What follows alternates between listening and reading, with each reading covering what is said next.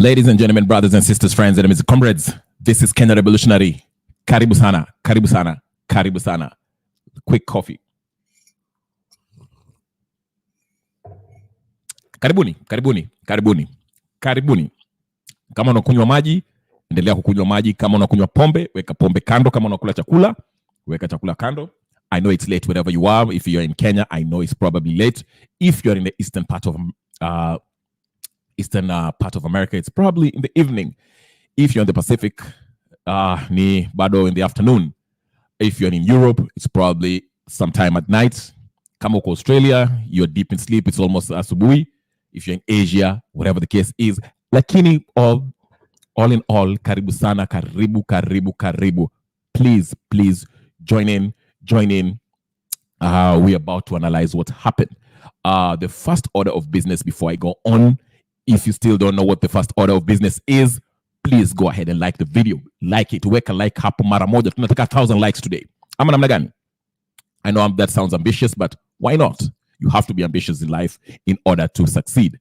Go ahead and like the video. Like the video. Everyone who's watching, everyone who's going to watch this in repeat, please like this video. Na kama uja subscribe, I know most of you, some of you, like watching the video. Unakaa kando, unaangalia, tunasikia. Maybe uko kwa kitanda, unakaa chini na earbuds zako, hutaki kufanya kitu.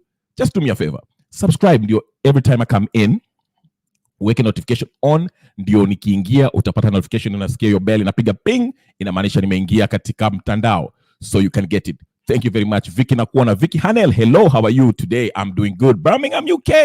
Hey, Birmingham, uko UK ndio kuna mambo, eh? I like UK. I've been there once, nilikuwa napitia tu ile, nilipita Heathrow, so it's a beautiful place. It's a beautiful place. I didn't go to the towns. Nasikia, it's different, but Birmingham is one of those places that are here. There's a lot of, Jamaicans. I had a Jamaican friend who lived out there. So karibu sana Vicky. Asante. Please, as I was saying, the first order of business is to do what? To like the video. Like the video. Weka tu hapo like. Na kama hauja subscribe, like I was saying, I see in my analytics, a lot of people just watch, but they don't want to participate, which is okay. I'm not forcing you to participate. You don't have to chat. You don't have to join the live. But do me a favor. Able subscribe so you can get my content every time I come in. Ukitaka kunisikia kama uko kitandani unafanya vitu unafanya, karibu. Chris Ndungu watching from Atlanta. Namna gani? What part of Atlanta? Hey, niambie Atlanta wapi? Uko Decatur, Marietta? What place? Tell me. Beautiful city. Okay, Goodyear. Thank you so much. Kama kawaida, Goodyear. Hey, Goodyear kwa hapa. You know it's serious when Goodyear is here. Karibu sana, karibu. Thank you so much, Chris Ndungu and everyone else. Like. Yes. Marietta. Haya, Marietta. Sawa. Marietta Square. Chris, tukutane summertime. Marietta Square hapo tukunywe kitu kidogo. Karibu sana. I'm just joking. But karibu sana from Marietta. James Wood. Hey, Mr. Reinvigorated. I still can't say it. James, I still can't say that. But I'm not going to use it anymore. Karibu sana. Karibu, James Wood. Karibu. All right. CPA Dr. Okil Loch 23. Hey, karibu daktari. Karibu. Let's review what's going on today. Mada leo, State House wasn't occupied, but Ruto isn't off the hook. State House wasn't occupied as it was planned, but he isn't off the hook. Hatujamalizana na yeye. Nakuona. Kenneth Akoko, karibu. Yes. So Ruto, he shouldn't be sitting pretty tonight, wherever he is, thinking that this is over. Far from it. Ndio tumeanza. Anyway, so once you guys are done liking the video, na wale watu wanaangalia kwa background wataki kuwa part of it, mkisha subscribe, tuanze maneno. So much happened today. There was army people who were there, but from reports I get from the ground that the army people are actually really nice. They were not really confrontational with the protesters. It was the police who are actually waliingia when the police joined the maandamano. Hao ndio walikuwa wanaleta kesheshe, harassing people, telling, mnaenda wapi, mnafanya nini, that's what I knew. What the video should I repeat? Kenneth Akoko? What's the video? I didn't get it. What repeat should I repeat? Make it clear. I didn't get that. I will more than likely, I will do that for you anytime. Okay. Like I was saying, let me welcome also Renee Black. Okay. From Midwest USA. Hey, niambie Midwest upande gani? You can see my shirt. Indiana huko kama ushafika Indiana. Chicago is my favorite city in Midwest.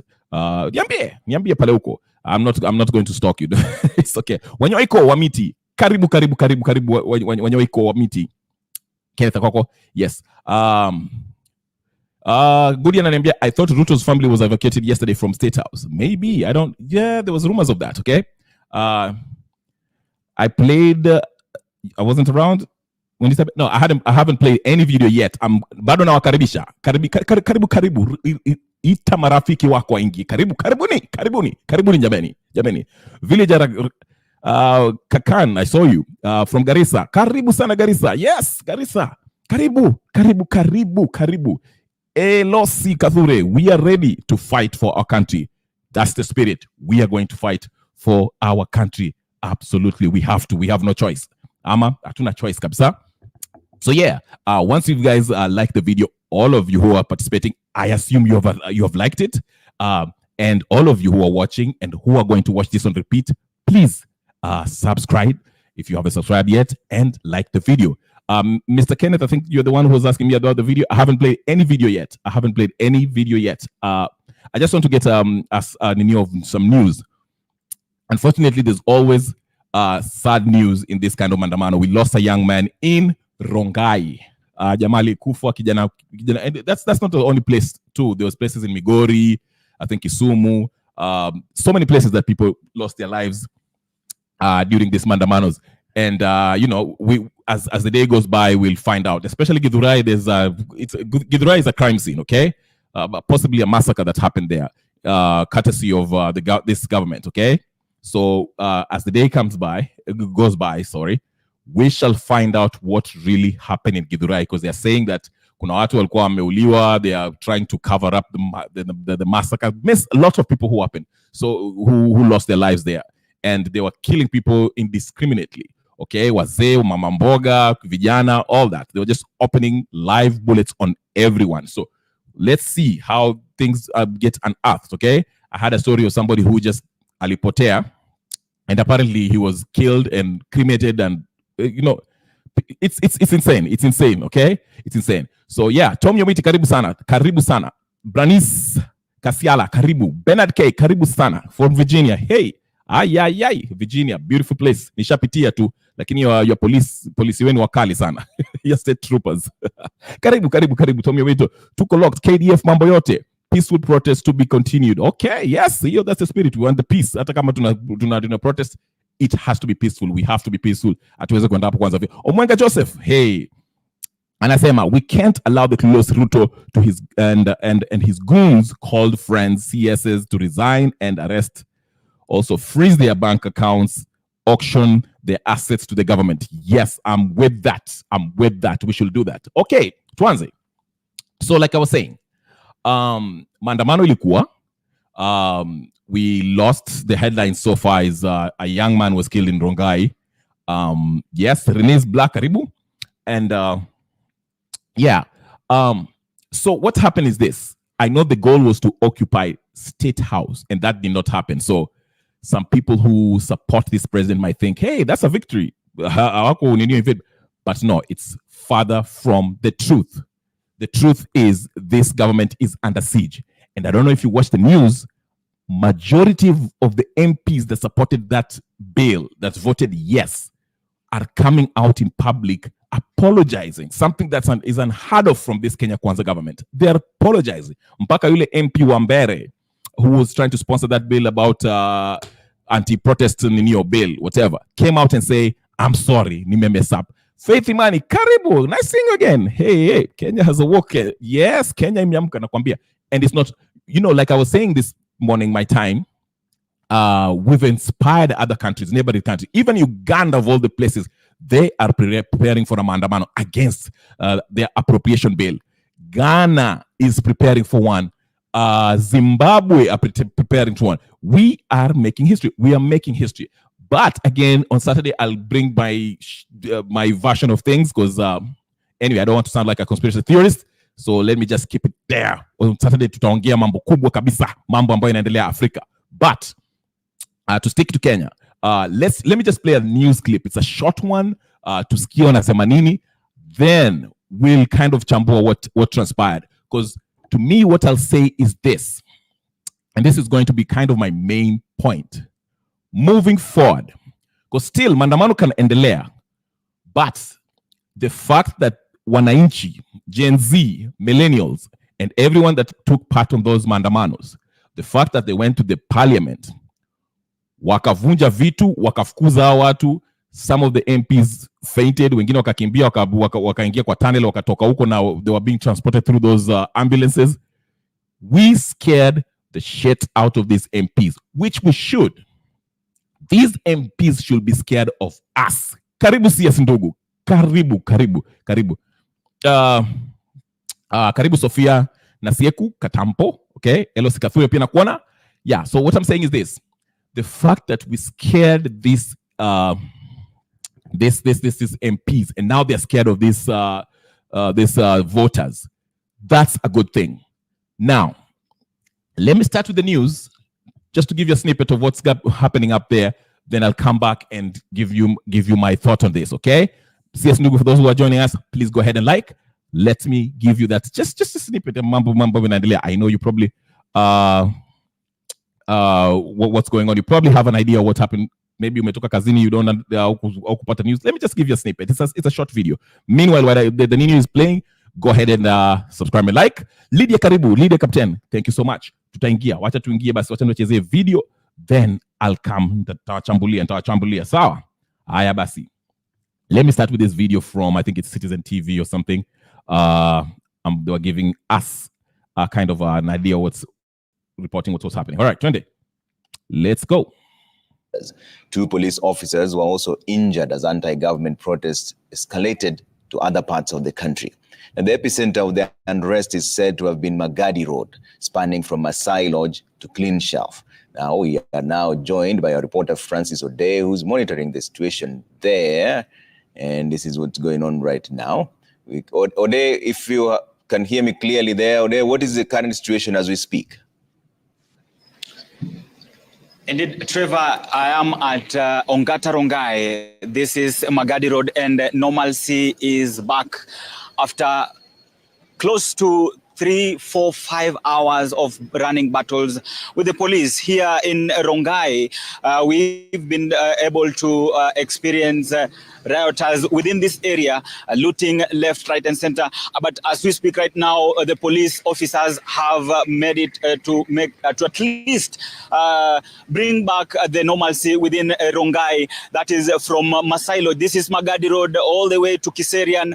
But as you can see, this area during the day we have been able to experience lots of gunshots and tear gas canisters.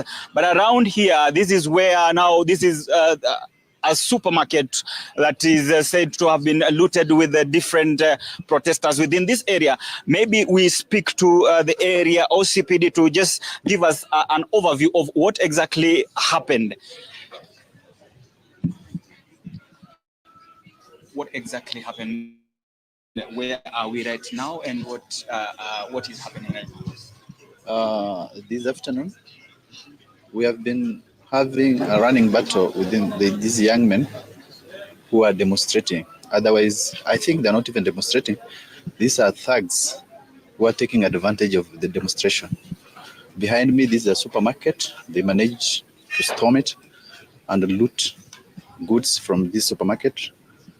Fortunately, our officers who are around this area managed to arrest 56 of them who are currently in custody, and they are being processed for court tomorrow. Otherwise, there is now generally calm. The road is, as you can see, it's okay. Movement has returned, and for now, we are just monitoring the situation on the ground. Thank you. Maybe okay. So the point that wanted to make a larger point, not just with that video clip, is this. This is what happened. There was soldiers that were called in to help the police in on the ground. Okay, that's something that we know of right now. We can confirm that. The police were overwhelmed. Yes, they were able to kind of control the crowd, avoid a lot of, yes, kuna skirmishes huku na huku, but there was no what do you call it? Makelele, not makelele, but let me say a lot of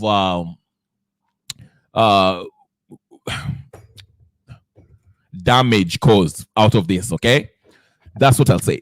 But here it is. Here's the thing. While that happened, okay, and Ruto successfully, was able to secure State House and succeeded to have State House not get invaded. This is what's going to happen, especially if you look at the news, and I'll show you that clip later. Several MPs from some of them were from Wasingishu area, or Rift Valley, let me just say Rift Valley, and majority of them were from Central Province, Mount Kenya Kwanza affiliates, okay? And they were coming out saying, yes, we are sorry for voting for this Ninio Siitaki Tena. Now, if you remember, on Tuesday, before Mandamano Yanze, even during Mandamano, in places like Narok, there were people filling out Ninio in Aitwaje, petitions to recall their members of parliament, the ones that voted yes for this Ninio finance bill. The point I'm making is this, with this. Now that these MPs, especially the ones that voted yes, who are, affiliated with Kenya Kwanza, wale ambao hajatoka Rift Valley, okay?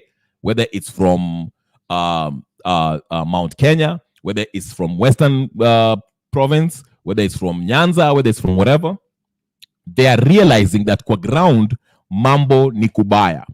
The Molo MP had his house burnt down. Somebody else had his businesses burnt down. Shoot, even Oscar Sudi has his club burnt down. So these guys understand that kwa ground, wakirudi huko mashinani, wananchi, they don't want to keep up this nonsense. Because wananchi wamesema enough is enough.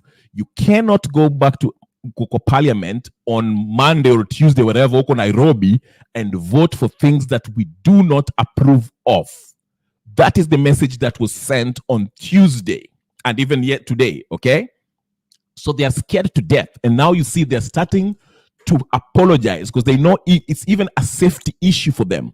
Ukienda kwa Tito unasikia watu unasema, okay, tusalimie familia yao, tufamilie nini, and they're exposing their phone numbers and address and what they businesses that they own.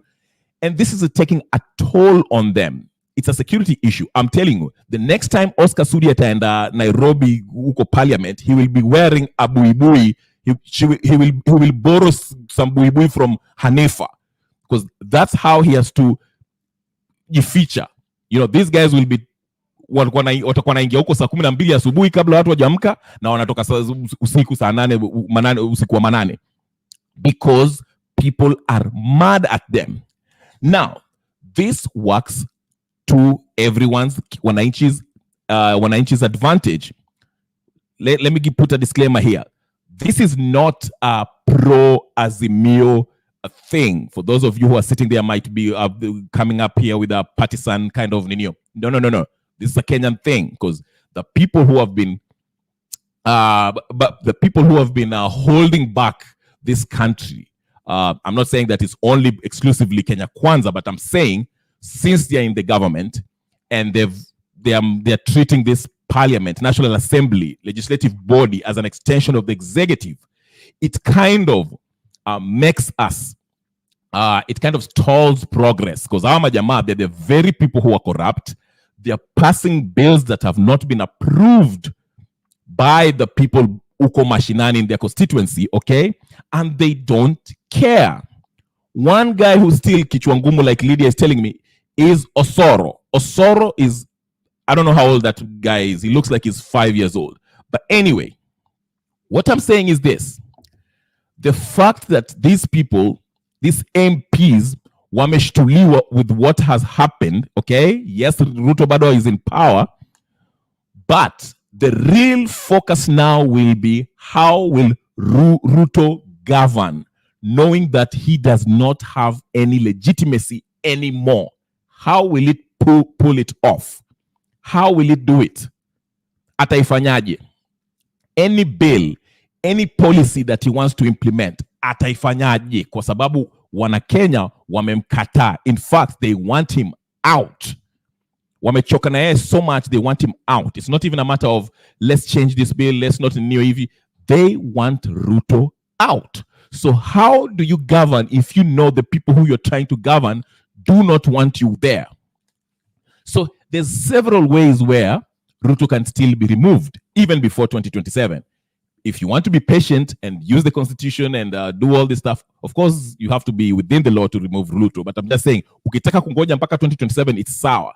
The first step you can do, the new Gen Z can do, or people, wananchi in general that can do, is pressure the MPs and the president to constitute the IEBC. It is the president who's supposed to pick the selection panel, which in they choose the people who are going to be the next IEBC commissioner. Okay, let's have an IEBC in place, and once we have an IEBC in place, now we can go ahead and collect these signatures and recall these MPs. The High Court already ruled in a case by the Katiba Constituent Institute, what I think, that hizo laws ambao our MPs, this election act, ambao inasema ati you cannot recall an MP 24 months after he has been elected and 12 months before the next election. Those are unconstitutional. That law is unconstitutional, okay? So they can't make laws that make it hard for them to be recalled. So the first step that if people want to wait till 2027 or just start this process of getting them out, washing them out, the first step is this. Make sure, tuambie Ruto, because Ruto now has to listen. Ruto has to listen. There's no if, buts about it. Ruto has to listen. If he doesn't listen, his MPs will listen. Yes, he can count on his MPs from Rift Valley, and not all of them. Okay, this they can he can count on his friends from Rift Valley. They'll always vote in favor of whatever he wants. But the game changes when you move to Central Province, Mount Kenya region. Okay, I'm using that because if you look at the Kenya Kwanza coalition, it's basically made up of Mount Kenya, Rift Valley, and Western. Okay, and you know, in the Western Province, let's say I'm using just the province as a whole. In Western Province, they understand. Okay, they understand that the finance bill is not popular. You cannot walk. Didmas cannot walk around freely, even though I saw him he went back to Bukungu, whatever the case is, that he was talking to people, cheering at him, but he understands the ground. Okay, Mount Kenya, wakina Ndindi Nyoro, Kimani Ichung'wah, I can guarantee you those people will not be re-elected again. Hawa majama, they will not be re-elected. They will not. So starting from now moving forward, if a people-inspired bill is brought in at the National Assembly to be debated and voted upon, these guys will have to respect the will of the people and vote accordingly. The MP of Molo doesn't want his other properties burnt down. He doesn't want to live in fear. Kimani Ichung'wah pretty much understands now that it's not a game. Hautarudi huko ukicheza hizi mchezo ulikuwa unacheza. They escaped death. Okay? So this is how we can get to Ruto. For those of you who want Ruto out, use these MPs. Okay? Put pressure on Ruto, choose IBC, recall the MPs that do not want to play ball, then we can actually somebody, I don't know, you can use even the Bible window to do that, to bring a motion of to impeach the president. So we can do it through Parliament. Okay? We can do that. That's the number one way of doing it if you want to go the longer route of taking out Ruto. Number two, if you don't want to start going through the parliamentary route, whatever you want to call it, maandamano inaweza kuendelea. Because guess what? If Gen Z wakisema for the rest of this month, nationwide maandamano, they are going to put pressure on the government because they cannot govern. Business are down. The town is not safe. The police are out there putting out fires. Majeshi should be taking care of securing us in the borders, lakini sasa hawa wameingia kwa kazi ya kuleta usalama. Okay? And this will, with time, take a toll on the executive to a point where he will have to concede to the demands of these Gen Z guys. The disadvantage is, like somebody said on the comment section, that it's true. These mandamanos are being infiltrated by some people who have nefarious or they have their own malicious goals. Okay? Wanataka kuingia hapo, walete mizozo, wachome manyumba, waumize watu, and all that. Okay? So that's the disadvantage of that way. But if Gen Z say, sisi tutaendelea na maandamano for the next 30 days until Ruto evacuates, leaves office, it can be done. That's how Mugabe walidil Mugabe. Okay? That can be done. It's a little bit chaotic and it will kind of bring everything, shut down everything. Isn't that the whole idea? So that is one way of removing Ruto. Watu waende kwa street and waseme for the next 30, 60, 40 days, whatever the case is, hatuwachi maandamano mpaka Ruto atoke Ikulu, a resign. Okay? That can be done. So, what I'm trying to say is this. Ruto has a choice. He has a choice. Play ball, or we are, because 2027, as it is right now, let me just say this. As it stands right now, Ruto is not going to be re-elected. As it stands right now, Ruto and half of those MPs, especially Kenya Kwanza MPs who are outside of Rift Valley, are not going to be re-elected. That is guarantee. Hawa majamaa hawarudi tena. So I hear some people saying that Ruto might try to change the constitution. You know what? Yes and no. But right now, I don't think he can move anything given the temperature kwa ground. Nobody will. No, Ruto cannot do anything right now. He has to play ball. He has to listen to the people. Hata hii finance bill, najua ameleta mchezo hapa. He cannot do anything. Captain, nakuona hapo kwa nini? I'll put the link in a minute. I'll put the link, and anyone who wants to get in, nitawauliza maswali na I want to hear from you, okay? So anyone, I see Salim karibu, Tony Owiti karibu, Faith karibu sana, and everybody else. That's what I was saying. So either way, Ruto is doomed. It's going to be either before 2027 ama in 2027 election. But the first step people have to demand so we can have IEBC to be able to conduct an election that needs to be done. Okay? So I'll put the link here. Na mtu yote nataka kuingia, tutaongea siasa. Mko ready? Okay, let me find this one ninyo. Ka video fulani kuna tafuta MPs ambao na apologize. MPs. Okay, mnasikia? Finance bill, okay? Aya, naweka link sasa hivi, sasa mtu yote anataka kuingia aingie. Mko sawa? Aya basi. Ndio hiyo. Okay, let me play this so we can hear it.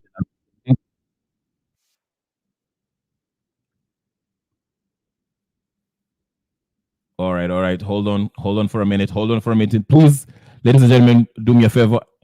Naika videos, naika video nitawaingiza saizi. Just give me a second. Give me a second. While I do this, please like the video na musubscribe. Musingoje kusubscribe jamani. Musingoje kusubscribe. Okay, ndio hiyo.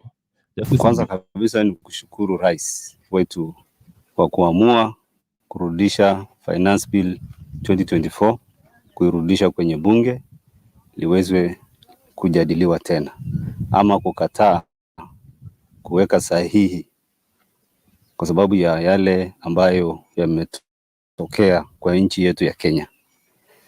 Kwanza kabisa kumpongeza kwa sababu ya uongozi ambayo amedhibitisha siku ya leo, kuhakikisha kwamba kila Mkenya ameweza kujua ya kwamba rais ni mtu wa kuweza kusikiza maono yao.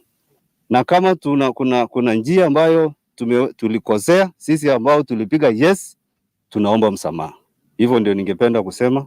Na pia rais, jinsi ambavyo umesema ya kwamba wacha turudi tena kwa maneno ya mazungumzo, pia sisi tukiwa foot soldiers wako tunaomba msamaha kwa niaba yako pia. Ningependa kusema ya kwamba aliyepanga, aliyeanzisha, atakayemaliza, Mungu anamjua. Kama ni mazuri ama kama ni mabaya, yote Mungu anajua.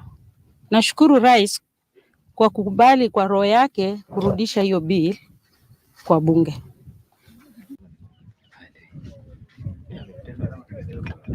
All right, ladies and gentlemen, I'm putting the link so everyone who wants to have maoni yenu, nataka kusikia maoni yenu, so link ndio hiyo naiweka kwa chat saa hizi, na mwingie weka kamera yako on. You have to put your camera on. I want to see your face. That's the only request I'm making. Ingia weke nyo na nitauliza ninio. Nitauliza John Charo, I see you. Karibu sana. Haya, wacha nikilink. Link ndio hiyo, mkitaka kuingia ndio hiyo basi. Haya, ingieni, maswali niko nao na maswali, na ukiwa unataka kutoa maoni yako ingia. Daniel Kahindi karibu, Albana karibu, I see you again. John Charo karibu, everyone. Lydia nilikusha kuona already. Branis Kasiala karibu sana. Okay, the link is in the chat. Ingia, open your camera, chapa link, ingia. Hot news you missed. Hot news, I think you're from UK, I think, if I remember, that's what you said last time. But karibuni sana. Link ndio hiyo kwa chat. Tafadhali ingieni, msiharibu wakati. There's the link on the chat. If you guys want to get in, keep ulizia link. Haya, Captain, whatever. Okay, Captain ndio hiyo basi. Hey Captain, vipi ndugu yangu? Nasikia unauliza sura za watu. Unataka nini na masura ya watu? Mpaka nione sura ndio nijue kama we ni Ruto ama ni nani. Sisi unajua sisi tunaendanga kinyozi, tunanyoa. Umeenda kinyozi. Sasa wacha nikuulize Captain. Yes. Nini ilifanyika Eldoret? Nione watu walijitokeza, kuna watu ambao walikuwa na masilaha, inasemekana walipatiwa silaha na sijui ilikuwa governor, walienda kwa ofisi ya governor wakapatiwa masilaha, alafu wakatembea wakasema hawa vijana wakitokezea tutadili nao leo. Hiyo ni what kind of democracy is that? Ama ulisikia maoni gani? Hebu tuambie maoni yako. Unajua Kenya Rebel, there is a problem with the leadership in general in Kenya, not in national government alone. Those people who are coming out with I don't know, machetes or pangas or miti za jembe, atijua anakuja kuchunga nini, anachunga nini na anaenda kwake jioni kama anateseka. Especially in my place, those are the people of my place. Land rate inalipwanga tu hapo kwa hiyo county na tuone kazi inatufanyia. So wacha nikuulize sasa, wewe maoni yako ni vipi? Unaona hao vijana walisema sasa hata si mambo ya ninio tena, si mambo ya finance bill, wanasema rais aondoke, ajiuzuru, toka. Unakubaliana na hao vijana ama unaona rais aendelee tu atoe hiyo finance bill na arekebishe maneno? Hapo kidogo naweza kosa kukubaliana na wao kwa sababu kama issue or the genesis of the whole problem in Kenya was the finance bill which has been dropped, ama haikusainiwa na rais, then I don't see any problem, not unless otherwise the president is playing them tactics for the bill to maybe to rest there for 21 days, and then it will pass automatically, maybe. But if the bill will not be discussed, or will be discussed in Parliament and amended the way these people they want, and those taxes which are overtaxing our people will be dropped, then I foresee a situation whereby the bill might be good. But now, if we talk of saying the president must go, because of why now? Because our issue was the finance bill and corruption that is in the country, that is it is legalized, and telling us that the formation of like EACC, the those things that we have, the EACC chairman or whatever, those people, they are not doing anything to our. In fact, that body must be broken, because they don't even chill even a hand, a siafu. Hawezi funga hata siafu hawa watu. Sijawahi sikia wamefunga. So why should the body continue being there? Wacha nikuulize swali moja kabla sijamleta Lydia. Nasema hivi, so hao vijana wanasema hivi. Tangu Ruto aingie, alipigiwa kura ndio akuja rekebishe maneno ya corruption na mambo mengine, lakini tunajua amekuwa na mapromesi mingi, lakini hatuoni ninio. Vile umesema tu corruption inaendelea, alafu finance bill anataka kuongeza ninio ushuru, na budget is budgeting for corruption. So hizi ndio vitu zinakasirisha ninio hawa Gen Z. So anasema, tumekupatia miaka 2, hatujaona ninio. If anything, tunaona wakina Omanga wanaweka TikTok, wako na pesa mingi, wana dance hapo, wanatingisha matako na wanafanya mambo mingi. Murkomen ako na saa ya milioni 10. So anasema enough is enough. Jamaa tusimpatie nafasi nyingine, aondoke. Unaiona hivyo ama unaona tumpatie tu nafasi bado? Kabla sijamleta Lydia na ndugu yangu Salim. Hatuwezi sema hatuwezi mpatia nafasi nyingine, ama tuseme tumpatia nafasi nyingine, lakini hizi ahadi ambapo asiko, mbona tunaahidiwa vitu asionekani? You are talking of Millicent Omanga akipiga picha na hizo V8 zake na nini, na labda tena alibarikiwa pande ile nyingine, lakini tuongelei Murkomen na machopa zake zile ananunua day and night. Hiyo ndio inakasirisha wananchi. Wanasema wanaona chopa. Si ati wananchi, hata mimi mwenyewe. Hata mwenyewe unajua unakasirika hapa, lakini unajifanya hapo ukasiriki. Sisi tumekasirika sana. Niko na uchungu hata mimi, ndio maana naongelelea mambo hii. Haya. Since then, hii serikali ya William, there is nobody who can go in this government to be employed in terms of merit. These people, they are employed in terms of ameletwa na nani, ndio wakazi pale. Lakini wewe ukienda na wanaangalia the second name, who are you? Okay. Even if you are not the second name, labda mimi natoka kwa their region, na sina mtu amenipeleka pale, I will not get the job, despite the fact that I'm qualified. I'm even overqualified, you see. But they cannot give me that job. Haya, shikilia hapo captain. Wacha nimlete Lydia. Lydia, mambo vipi? Hebu niambie, karibu. Welcome Lydia. Hi, how are you doing? Can you hear me? Yes, I can hear you loud and clear. Go ahead. Okay, so this is my thing. I think you say that in 2027 we might not re-elect them, but this is the thing about Kenyans. I think we forget really easily, really quick, because the thing is this: Ruto was implicated in 2027 in the massacre of the church.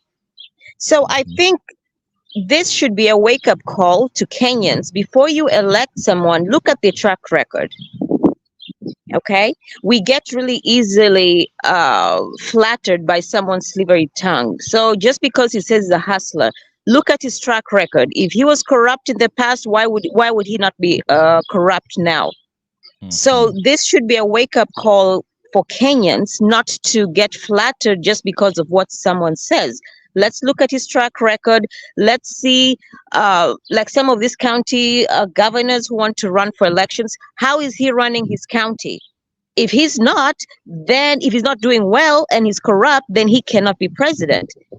That is how it's always done. So I hope that this is a wake-up call for all Kenyans, because I was shocked. I don't even think, I'm not saying even Oginga would be any better, because it just seems like this older generation have had have got to the point that they're so corrupt, that there's such a deep rot in parliament, that it just seems like they all have to go. Yes. So if I may interrupt a little bit, but the argument was this: the reason why Ruto was elected, it was the argument was that he was the lesser evil, because if you remember, people were so tired of Uhuru Kenyatta. I mean, if you remember Uhuru Kenyatta, he was no better. Right. And but how? And sorry for interrupting. Go ahead. No, so that's fine. I was just making a point that since he was, everyone was tired of Uhuru, he was borrowing and all that. Then Raila was associated with him. And remember, Raila, he is said to have won in 2017. So there's a lot of people who felt like Raila was, they were let down. So they were like, you know what? Maybe Ruto, we don't know him. Yes, he's kind of corrupt, but amekosana na watu. Then he kind of coined. I will give him that. It was kind of a genius idea of the hustlers versus whatever. So the argument basically is he was the lesser evil. So let's settle for Ruto, and he was talking good talk. Mm-hmm.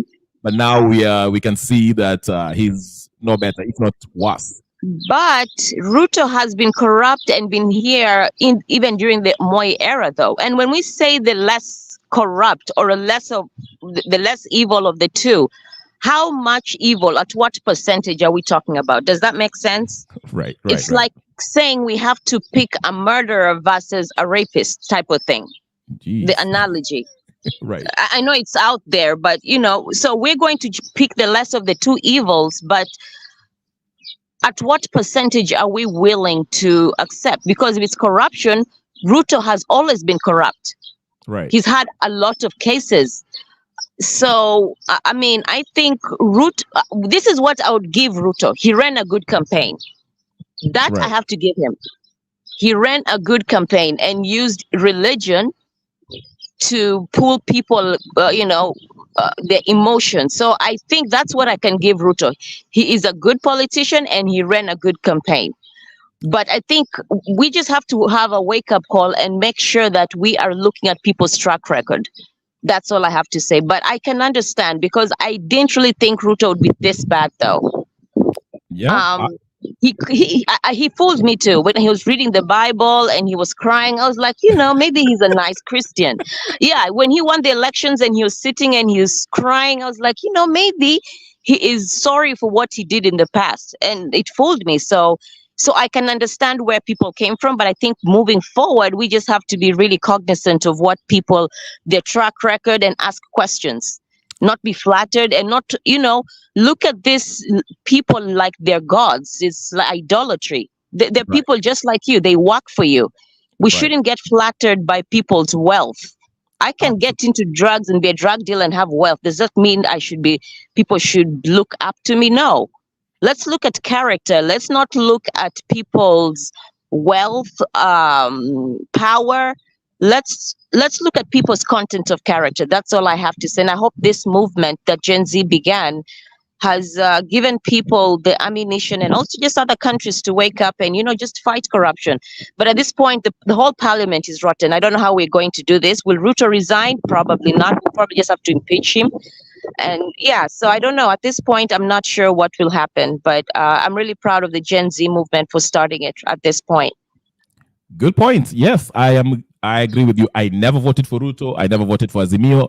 I was actually disappointed. I was kind of fooled by Wajakoya. He was crazy. He was out there. Right. But, once he joined Azimio, I was like, all right. So he was probably in their payroll. Yeah, go ahead. Yeah, it's like Trump and Biden. Okay, Biden is senile. Trump is crazy. He just vomits words. So it's one of those things. Like, what do you do? Sit on the couch. So it's unfortunate, but I just hope Kenyans wake up and hopefully gives. Okay. Yeah. Go ahead. Sorry. I just wanted to ask you this before I brought, and I'll throw that question to Kip too.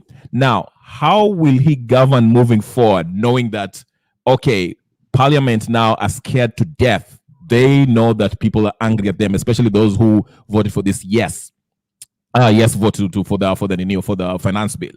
how will he govern? His legitimacy is out of the window. How will he do it? Now, is this assuming he's not impeached or just spontaneously combusts or something like that? Okay. Yeah, because impeachment requires that you have to go through these very parliamentarians, okay? Right. To do that. Or unless we just decide, okay, the Gen Z said, okay, tuta mandamana mpaka this guy steps down. Or okay. How do you see it? Yeah, go ahead. This is a tough one because, this is the thing about Ruto. He's really egotistical, and I don't put anything past him. There were allegations he killed, was it Juma, the businessman? Yeah, Jacob Juma. Yeah, and he had the allegations of him starting the fire in 2007. So at this point, we know that he's probably a psychopath, to be honest with you. Right now, he is trying to hold on to power. So he's dangerous at this point. Right. So I don't know how. So I guess if I voted yes, I would have to think, should I be scared of the people or Ruto? That's one of the things. Choose the best. Yeah, who do I pick? The lesser of the two evils type of thing. Right. But I think yeah, Ruto, it's his money that will keep you afloat. But if you side with him, you're probably not going to be re-elected in 2027. So it's a tough call. It's because he knows he's not going to be re-elected, he might become even more arrogant as far as corruption. It's a tough one. I don't know. Captain, but I think go ahead. Sorry. Finish your sentence. Finish your thought. I think what will bring him down are his puppets. Like you said, no one is going to want to be associated with him because these MPs are being beaten, their houses are being burnt. And also their families, it's not just about them. If it gets worse, their families are going to be threatened. Mm-hmm. Because when you keep pushing people, you don't want to, because as human beings, psychology, you don't want to keep pushing people. We are capable of anything. That's one thing. As a human being, if we're all capable of the most heinous acts. You can't really say, oh, I can never. Yes, you can. If someone hurts your child, you're capable of anything. Yeah. So I think these parliamentarians, they have to be careful because the people are tired. They see you with expensive watches and then their children are dying. You're pushing them. Absolutely. So, I think Gen Z, that's the point they were making. They were saying it was all about finance bill until Rex and a few others died, and they were like, and of course the story in is it Githurai? Githurai, exactly. Yeah. And this is after, which is ridiculous. Yes. Which is after, like, you pulled the bill, which I heard that after 14 or 21 days it could be law anyway. Yes. And then you are going to massacre people, and so, like I said, he is angry. He's unhinged at this point. Mm-hmm. His ego is bruised. That's true. Yeah. So he's a madman. Yes, go ahead. Okay, sorry. I'll come back to you. Captain, right. Hebu niambie, Raisi namna gani? Umepotea kwani Captain huko? Unajua wewe ulisema watu wakuja na kamera, lakini sasa nilikuja na kamera na lead au kuja na kamera. Ni sawa, maybe yako kwa dinio mahali pale hawezi kuonyesha kamera, so tutampatia dakika 2 kama kuna kamera sawa, lakini maoni yake anaweza bado kutoa maoni. Kamera haifai. Tuendelee. Endelea basi. Endelea. Put a question on me. No, I was asking you the same question. Wewe unafikiria unaona vipi rais how will he govern? Kwa sababu ni kama watu hawamtaki huko nini, wananchi wamemkasirikia na hawa wabunge ambao wale especially wale wabunge wa Kenya Kwanza pia saizi wanatetemeka. Yeah, endelea. Don't put a long story. Let me answer you this way. Okay. We want a parliament whereby when something is to be voted for yes, let it be yes, and it has a very tangible issue for the ordinary mwananchi. When something is to be opposed, even those in government, they can oppose the bill or the mswada, what do we call what they are discussing there. But even if you are from government and you want to oppose, let it not be you are forced because the sponsoring party for you to be in politics or in parliament has said that we are all supporting the bill. That is what we don't want. We want the truth to be the truth. Nothing but the truth. When we go to Parliament, we vote yes for something that we know this is good for our people. Don't vote for the bill because you are seeing that kuna CDF itaongezwa and 10% yangu ita increase to 20%. Those are nonsense that we don't want. So understand? Yes, so kama Wamuchomba si ni wa UDA lakini alienda mashinani na watu wakamwambia those are the people we want. Yeah, ndio sasa wewe unasema when it comes to voting, as long as watu huko mashinani wakimwambia mwanasiasa ati hivi ndio uvote yes ama no, hivyo ndio nafaa kuvote. Hivyo ndio nasema. Yes, vote according to the bill itself. Don't vote basing on William Ruto or basing on Raila Odinga, your party leader. No. Okay, that's a fair point. We don't want, and we want Kenya people to be free to do what they want to do as long as you are not harming anyone. You understand? Okay. So swali ni hivi, unaona atamaliza mpaka 2027? Maana again nilikuwa najaribu kuuliza hivi, watu wamemkasirikia, watu wameuawa Githurai na Rongai leo. Unafikiri atatoboa mpaka 2027 ama hao wanabunge watamtoa? Do you know Kenya rebel, you can even wake up tomorrow and you are told there is no government in Kenya. You are talking of 2027. You can wake up today, tomorrow, yani, there is no government in Kenya. Let me tell you that. Because these people, they are very hungry. Even some of us, we are hungry because of the reasons that we have. Unanielewa? Nakuelewa. I may ask you, which position or which constitution defines the position of Musalia Mudavadi? Which constitution defines the position of Farouk Kibet? Where in the constitution are those people? The position for Mudavadi is not there in the constitution. Kibet's I don't know what is his position, but who is he to president? Mi sikuwa na mtu alikuwa anafuata Uhuru Kenyatta nyuma. Sikuwa na mtu alikuwa anafuata Mwai Kibaki nyuma. Yeah, Uhuru alikuwa na mtu alikuwa anamfuata. Uhuru alikuwa na nani? Huyu mtu anaitwa nani? David Murathe ama ni nani? Murathe alikuwa the ninio. Ama umesahau? Namuona Nishi hapo pia. Ulikuwa kama minister, you want to see the president, nasema upitie Murathe kwanza. Yani Murathe ni kama alikuwa hajachaguliwa mahali lakini alikuwa na influence hapo katika hiyo serikali ya Uhuru Kenyatta.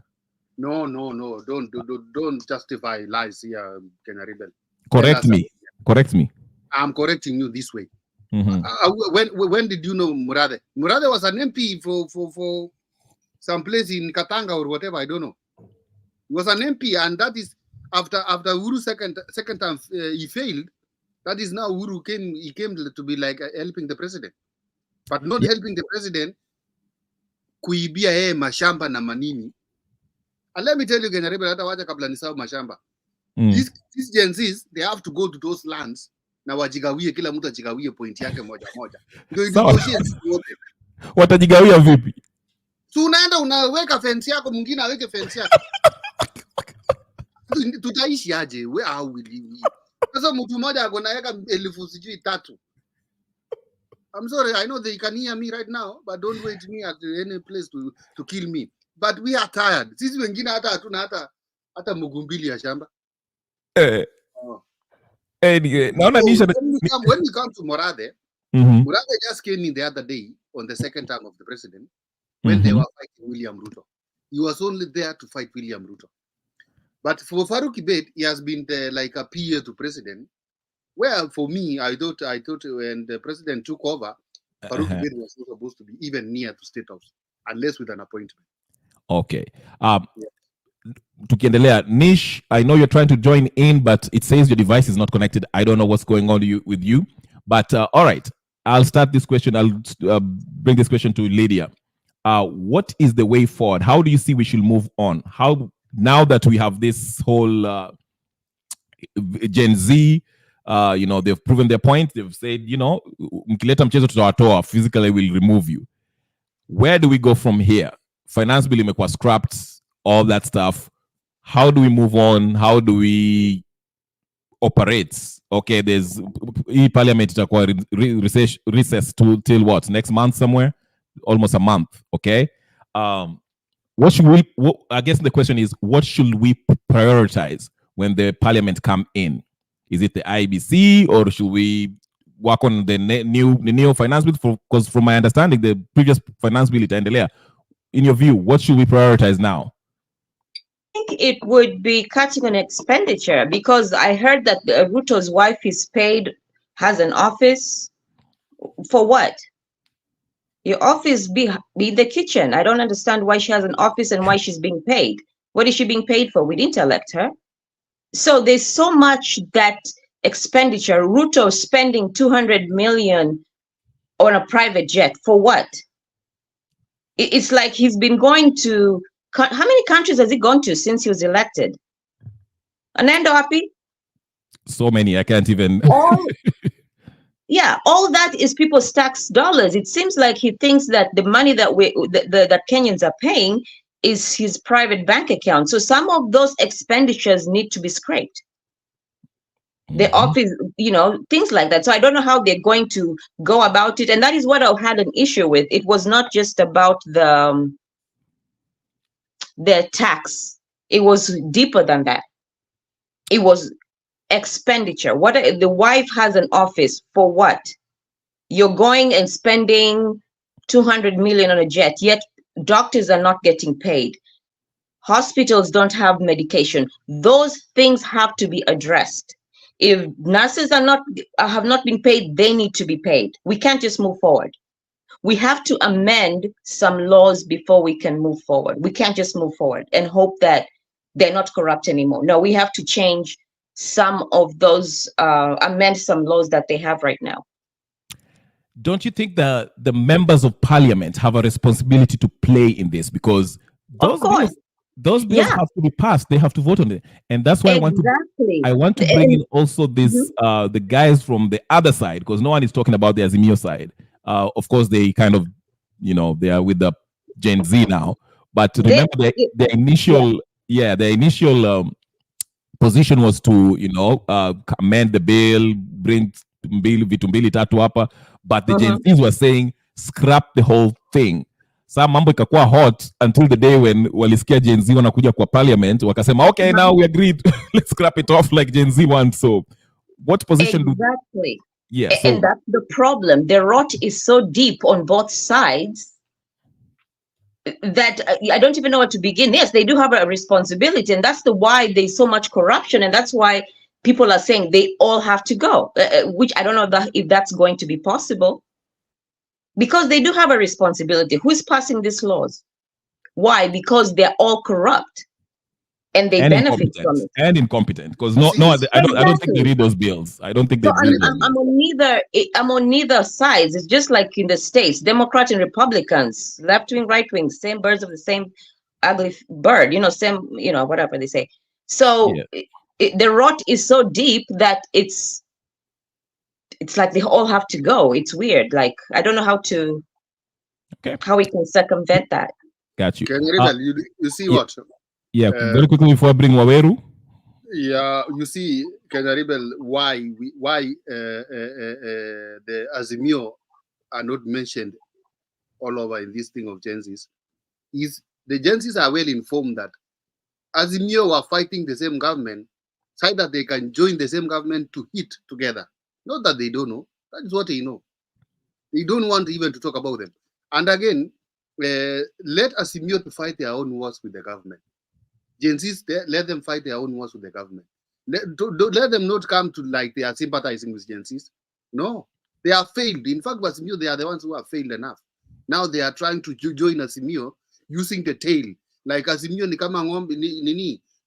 Azimio ni kama ile ng'ombe wanataka kukaa kwa mkia ya ng'ombe hivi wafurutwe na Gen Zs.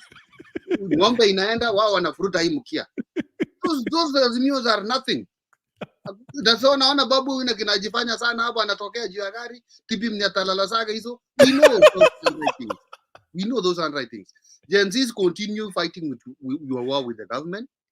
Azimio endeleeni huko to be in bed with the government. Munapewa mupigie baba sijui akue chairman ama nyumba 10 ya Africa, whatever the thing you want to do. Lakini Gen Zs, the ball is in your side.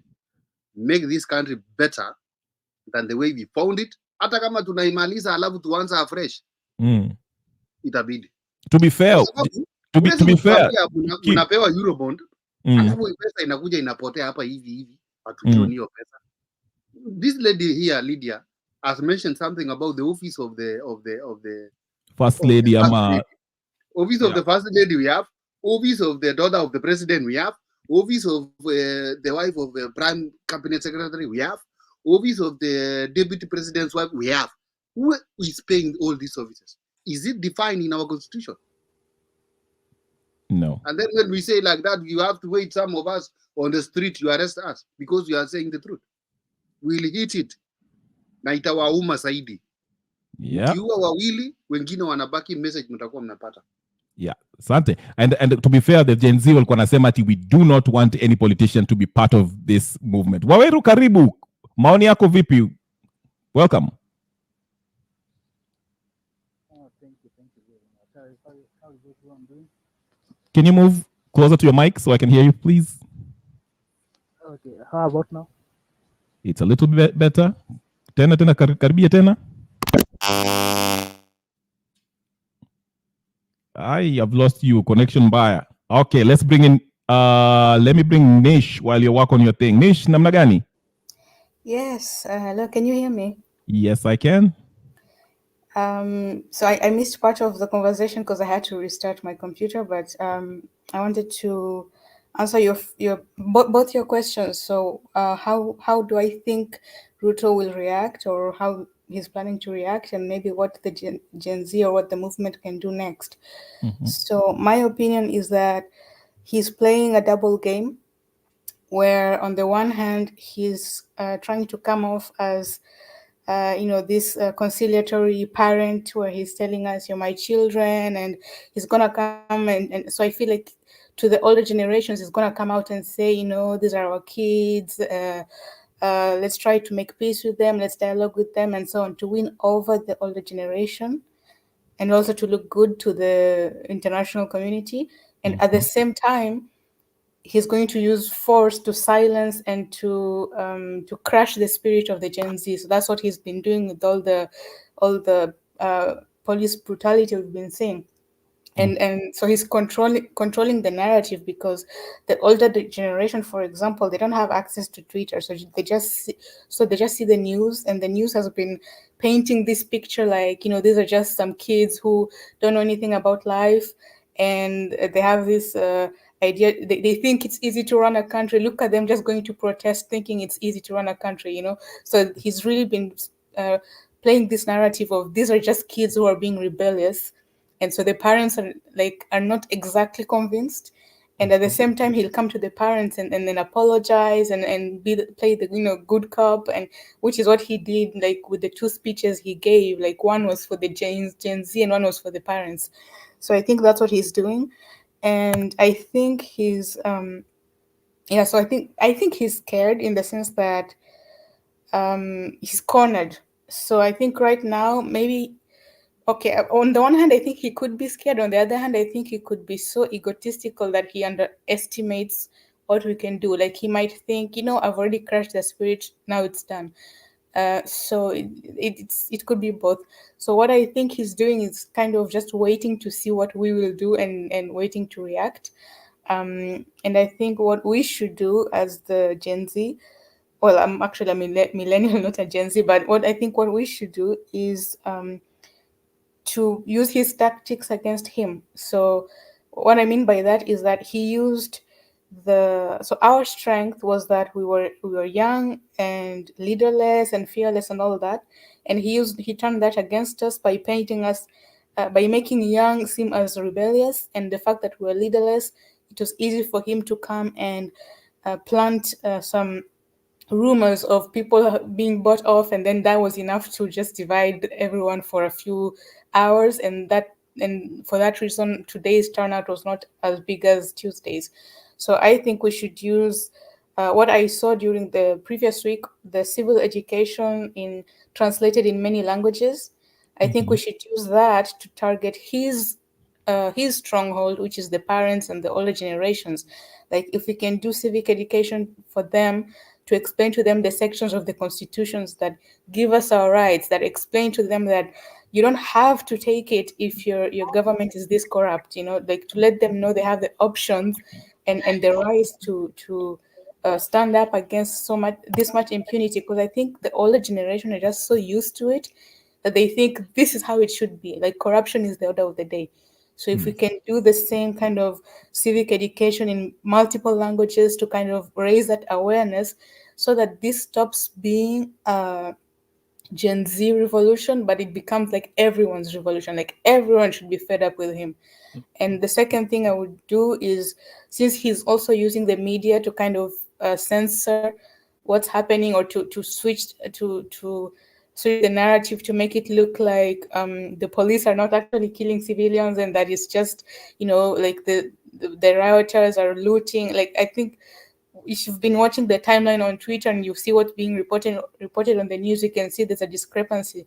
So what I think we should do also is to focus on amplifying like the actual news, like so that people can see, look, children are like, there was a child who had like 10 bullet wounds in his back, like things like those are not shown on the news. I think these are the things we need to really make sure everyone sees, so that he does not control the narrative. Okay. So that would be my advice. Yeah. Good advice. I agree with you. We need civil education, and we should. I'll come to you with the next question. Waweru was about to make his submission, so let me go to Waweru real quick, and I'll his first submission. Then I'll ask him a question. Waweru, did you fix your thing up? Uko sawa? I hope Was it Waweru or Nick? Was it Waweru or Nick? I forgot. Waweru, go ahead. Oh yeah, Okay, Nick, just talk. Oh, sorry. Yeah, I can hear you. Go ahead. Okay, I really like this conversation that we have been having of late. Now, I'm really in support of the Gen Z, because over the couple of days, I understand a lot of things about this bill that I'd never used to understand about anything financial. For instance, if you look at the supplementary budget that was tabled in the Parliament, that was gazetted in 5th June. And what Nish was saying, that we should need civil education. You find out that government printing has only been given around 500 million, whereas the office of the president has been given around 4 billion. So it's really hard for the government to do civil education, to educate their people on matters that it can affect their operations. It's more like the population that is affected is larger than the population that doesn't care. And unfortunately, this population has no one else to pass it forward to. That's the harsh reality that the Gen Zs are facing. A lot of the Gen Zs, they are the kind of people that wakikuona in the streets ama kwa mtaa, in the clubs, wearing a Gucci, wanajuanga huyu mtu ako na pesa. Regardless whether you're faking it, regardless of anything, even the social media, IG. So you can imagine their MPs dishing out 20 million. Sudi dishing out 20 million in Harambee. Do you know how many 20 million angeza kubaya hata kama ni pad, easy sanitary pads for a whole year? For how many? It's like for 11,000. I think a pad is 100, 150. I don't know. So if you divide the 20 million with the 150 times 12, unaweza pata ataketa a lot of women or a lot of girls who are unable or affected by the poverty brought about by the pad poverty. Then in other words, unaangalia they make a bill so complicated for us to understand. Ndio nimekuja kurealize, for us to understand that bill lazima kuna act. So you have to, kwanza kuna Gen Z ameweka kwa TikTok. She really made me understand these things. Anakuletea the proposal, the amendment, anakwambia kwa ile act ilikuwa last year, you have to go to another act. So si hatuna hiyo time. Sasa mimi sina hiyo time. MP akona hiyo time ya kushinda ki understand those concepts. If you get time, Abu, just go and check. Somebody yesterday was being interviewed by Kengori on the Wicked Edition, Ed Thiongo. He really explained the hidden agenda in the finance bill. And he told us, like Kuria told us, the problem might not be the president. The problem is our MP. Because the MP, this bill had a process. The budgeting is a process, not something that just arises. Somebody saw that the office of the first lady was issued some budget. They did not question. Somebody saw this amount was allocated for this. They did not question. So even if you expect them to question right now, they won't. That's why I'm saying let's tuchukue kura, because they will do nothing to Ruto. He'll become a monster after this. Regardless of anything, he'll just become a monstrous person. The first decision they made at the court, it's evident that wanaingiza baridi the judiciary, because judiciary is supposed to be independent. How can you do something? By the way, Waweru, what was the decision on the High Court about hiyo mambo ya kuleta ninio majeshi kwa street? Did they support it? Tukiwa kwa TV tukiona at around 6:30 thereabout, the judge was said that it was illegal, alafu some technicality came about, microphone yake ifanyi nini ifanyi, the screen went off. After that ni tumeona tu amesema the government is justified. The only thing they have to do is to come up with a structure of how many days, where will be the military deployed and all that. It just looked like sabotage from the. But initially, when I was reading the what do you call it? The verdict or whatever. The verdict. It was evident that it was an illegality by the government. But immediately Tlu ameenda kusema, hey, hi, Steam nini, the Zoom meeting just went off, microphone yake kakacha kufanya. Then after that, tunaona that the government had been given 2 days to come up with structures. That yani you're living in a this Ruto we are having is like a demon that tumekuwa tukinacha over time. So now it has become a monster. So after this, he'll become so monstrous. We won't believe it. Wacha nikuulize hivi, and this is the question niliuliza Nish na Captain na nalimuuliza pia Lydia. Lydia, your thing is not connected. I don't know why, but I can see you up the background. So niko nasema hivi. Okay, Gen Z, millennials, Generation X, whatever the case is, baby boomers, wanataka kumtoa nani? Tunataka kumtoa Ruto. Kwa sababu sasa ni shida, is a monster as you describe him. Tutamtoaje? Mimi naona there's two ways. It's either Gen Z waseme, sisi will continue with our maandamano mpaka utoke, and basically shutting down the country where nothing can really go on because of maandamano. Or we know the parliamentarians now, they are scared to death, whether it's the Molo MP, Chungwa and all that, wale walikuwa wanachomewa nyumba na, whoever voted yes. So if we put pressure on these MPs, walete motion ya kuleta impeachment motion on this president, do you think it can work? Saizi vile ninio temperature iko, wana siasa, especially the MPs are really scared of us. Do you think it might work? Ama tuende tumaandamane mpaka toke? Say it might work, but the problem ni moja. You don't have an IBC. So labda Ruto ajitolea seme, I have whatever this parliament, let me dissolve this parliament, aitishe usaidizi maybe from the UN, aseme give me some commissioners wasimamie uchaguzi, of which that is practically impossible. So the best thing, like Sifuna the other day said, tupeane tu example na 2 MPs, because right now if you have a by election, that it will send a strong message to Ruto. Just find 2 MPs or 3 or 5 from different locations who voted yes, then impeach those MPs. If you impeach those MPs, they will see that tutaleta 5 Gen Z into parliament. Those 5 MPs, they'll become our leaders. But as of now, the Gen Zs are doing a good thing, but the advantage that the government is having or Ruto is having is we are learning like headless chicken. I want to talk to you. There's no one to talk to, so that's a strong point to Ruto.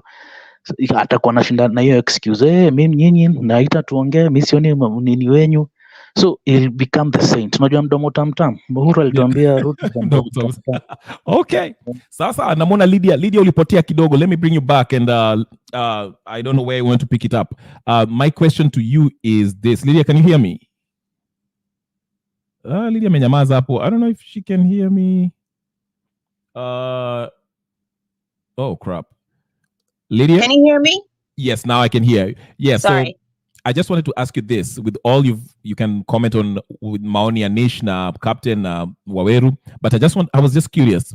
Looking at this whole political landscape, whatever, these leaders, this corrupt bunch, majority of them, to be fair, who do you think can actually be someone who can revolutionize the system? I always sing here praises to this one man, Okiya Mtata, who has been doing a wonderful job, but he doesn't seem to be interested in the position. Who do you have in mind that maybe can bring about change? To be honest with you, I'm not that sure. Mm-hmm. I haven't really, I don't know who you're talking about, so... Hakuna mtu kwa hiyo the whole this senators or MPs that can I mean, to be fair, okay, Sifuna hakuna hiyo, you know, I like Sifuna, but the thing is, I feel like he belongs to a cult. ODM, Azimio, you know, you have to say Baba 5 times before you wake up. So, really, you see, the thing is, when they were passing these bills for the office, the wife, now that you said it, now it's making me think, why did they say something? Maybe they did. Say something about against the bill? The office of the wife and the daughter, all those expenditures that are not necessary. Yeah, actually, let me just interject kidogo. Right. When I was listening to Okiya Mtata, he was saying this, that during the budget, you know, walikuwa na debate your budget, what needs to be there, nini hizi mambo, you know, the problem is the revenue estimates were never revealed to the wanabunge who are arguing this case, and there was no public participation. I mean, when they were making the budget, did you ever hear your MP come to your constituency and say, hey, this is what we are proposing to, this is how we're going to spend or whatever? There was no public participation, which is required, you know, Article 118. So what his point was this: due to that, the revenue estimates was not revealed. That alone is an illegality. Exactly. So, and as you've mentioned here, Nisha Metuambia Ivo, Waweru, and you also told us, you know, half of these MPs are illiterate. They don't care what's in there. Yes. So, yeah, that's why the Gen Z wanasema, how can you propose a tax, you know, tax whatever measure, which is finance bill, which, you know, is the permission we give the government to tax us. Why are you proposing that while even the process of budget making was illegal? Why can't we go back, vile Waweru amesema, let's go line by line. What are the budget estimates? What are our expenditures? Line by line, where this money goes. Tunataka to spend how much on roads and whatever. How much should we borrow? So there is where it starts. So anyway, I don't know where I was going with this. You're saying something. I mixed myself up. I even forgot my question. But what I'm basically saying is this: how can we maybe vote someone who find someone? That's why I mentioned Okiya Mtata. Someone who can, you know, maybe lead. Well, I don't want to say lead because Gen Z, they don't want a leader, but given the track record of the Okiya Mtata, he has been fighting for Kenyans even before Sikuza Uhuru. I mean, Sikuza Nani Kibaki. Why can't we put people like that, especially now that the environment is conducive for that? We are demanding more from our MPs so that we can recall them who needs to be recalled and impeach the president once we get them on an inio. What's stopping us from that? Exactly. Maybe the MPs know Ruto is capable of anything. To be honest with you, Ruto is that man. He's unhinged. And now he's more unhinged. Remember, was it Juma? They alleged that he murdered him because he was speaking against corruption. Yeah, it was rumors too. Jacob Juma's usually slap Ruto or something like that. That's rumors. I heard that. Okay, yeah. So maybe they know what he's capable of. Like, yes, like today I was watching, like he said there was technical issue. At first they had said it was illegal, and then it technical issue, and then so we don't know, is he threatening their families? What is going on? And with some of these MPs, they're also in a hard place. If they voted yes, all they have to do is apologize so that they're in good terms with the people and they don't burn their houses. Yeah. And then, yeah, and then they'll just finish their term and it's a weird thing. I really don't know. Okay. But what I'm saying is Ruto is an unhinged monster at this point. He's angry. Nish, I'll go to you. Do you think the problem is maybe because if I look at those MPs, most of them have like they have a checkered past. I mean, half of them are probably drug dealers or killers. We have Babu, you know, who shot somebody. What's his name? There's one that just shot somebody 2 weeks ago in Thika. I forgot. Then there's another one, Didmas Baraza, who also shot somebody dead. So maybe is Ruto kind of holding that against them? Like he's saying, okay, if you vote this way, hiyo kesi yako tutaifungua. Or what seems to be the problem? As a Gen, you say you're a millennium or millennial, yeah. Yeah. In my opinion, they should all go. I think the thing is, once you're in bed with those people, like you can't get out. I don't think these MPs can get out because they've already taken money from him. So like their hands are as dirty as his. So I don't think they can free themselves from him. Like there's no way they can quote unquote betray him. He has them in the palm of his hands. Like we saw it this week. They were mocking us on social media saying, whatever you do, this bill is going to pass. And then Ruto comes and says, okay, we're conceding, and they're all clapping like buffoons behind him. Like no, seriously, he controls them. So I think they can't escape. You know, once you've taken a bribe from someone, he owns you. So they're his slaves. So I don't think there's any way to get rid of him and keep them, or get rid of them and keep him. I think like they're all one package and they should all go. And so who's going to replace them? I think honestly, we should stop looking at politicians who are only good at speaking and who are illiterate, or who don't know anything about the law, who don't know anything about economics, who don't know anything about project management. You know, so I think once we have a system that is like, everyone knows now that the people are watching, hopefully we keep watching, everyone knows that people are watching, we put in place a system where if you're an MP and you're useless, you can get fired by the people. Once they know that system is there, it doesn't matter who's in the seat. Well, it still matters, but so I think once we create that sort of system, the people who are actually professionals might step up to the plate and vie for that seat, because up to now that seat has been protected by the politicians, the parties, the tribal stuff. It's never been open to the actual like professionals. And I'm sure there are many young people who are professionals in their field, and we saw that during this movement, how many lawyers came up to say to explain the bill to other people, how many teachers and so on. So we have the professionals, but these seats were never accessible to them, because in order to get a seat you needed to lie in bed with the enemy, so, or you needed to know someone, or or to be of a certain tribe. So maybe once we've shown that we're not going to sit for this corruption, tribalism, whatever nonsense, maybe the people who are actually qualified will start vying for those seats, and then we'll actually start electing people who have more than 2 brain cells. So yeah, that's my opinion. I'm glad you say that, and keep nakuja kwako kwa hiyo swali. I'm coming to you, then I'll go to Aweru with the same question. I think from the sound of it, it seems like the next stage is for this Gen Z to crystallize and channel this anger into not only a political movement, maybe a political party, because like Nish said, and I was thinking about that, and she said it, shida ni kuwa we only have these 2 party coalitions, okay? We have Azimio and Kenya Kwanza. And the people at the top of these parties, they get to decide who is going to win, I mean, who is going to be the nominee in that whatever seat inaenda kuchukuliwa hapo hiyo kiti, okay? Kama vile Raila goes and says, okay, wewe utakuwa MP wa Embakasi, Once he endorses you, that's it. You'll get it.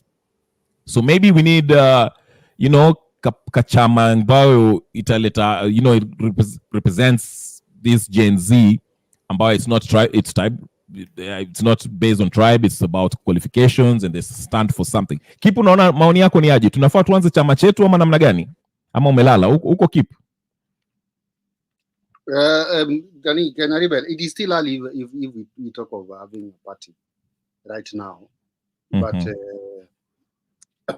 that is exactly what you are thinking, and we are heading there. But now, at this moment, it is too early. But now, as you said about Raila, and you say Raila mtapatia ule MP, patia ule wa class 2 sijui governor, patia mwingine sijui nini. Those are the things we don't want. We want, even when I'm in Kikuyu, I can go for an MP in Kikuyu and I buy land and I build my land there in Kikuyu. Somebody come to Eldoret and ananunua shamba yake anajenga, anasimama MP, anasimama governor, wherever the thing. Hii mambo ya ukabila hizi na hii ujinga, tunapiga kura za ujinga, saa hizi ndio inatuuma, inaturamba vizuri, is what we are advocating from Gen Zs to scrub all these things. As they are scrubbing the finance bill, we scrub also these tribal things. You see, okay. Yeah. But for now, we are not that organized to, like, we are now making a party. This is Gen Z's party. Who is the party leader? Who is who? And when it comes to even choosing a party leader, we will not want these tribal things. We choose a party leader basing on all the 47 or 42 tribes of Kenya, you see. All these people are sijui opposition, sijui government, akina UDA. Wakwende bana. Good point. Tukilala for a long time. Sai tumeamka. Waweru, if I was to stand against Babu Owino and Embakasi, I'm a nobody. Maybe I have an idea of how government works. Mini Gen Z, I'm running against Babu Owino. Do I stand a chance? What's the problem? The probability of you getting that seat is nil. It's not to zero. Why? That's what I'm going something with this. But why? Why should it? You're giving us your mic is kind of Kenya love lies. If you tell us the truth, we won't vote for you. That's the fact. We want somebody to tell us that. Oh, sorry. They're giving us bread and unmute. I think I accidentally unmuted. Okay, go ahead.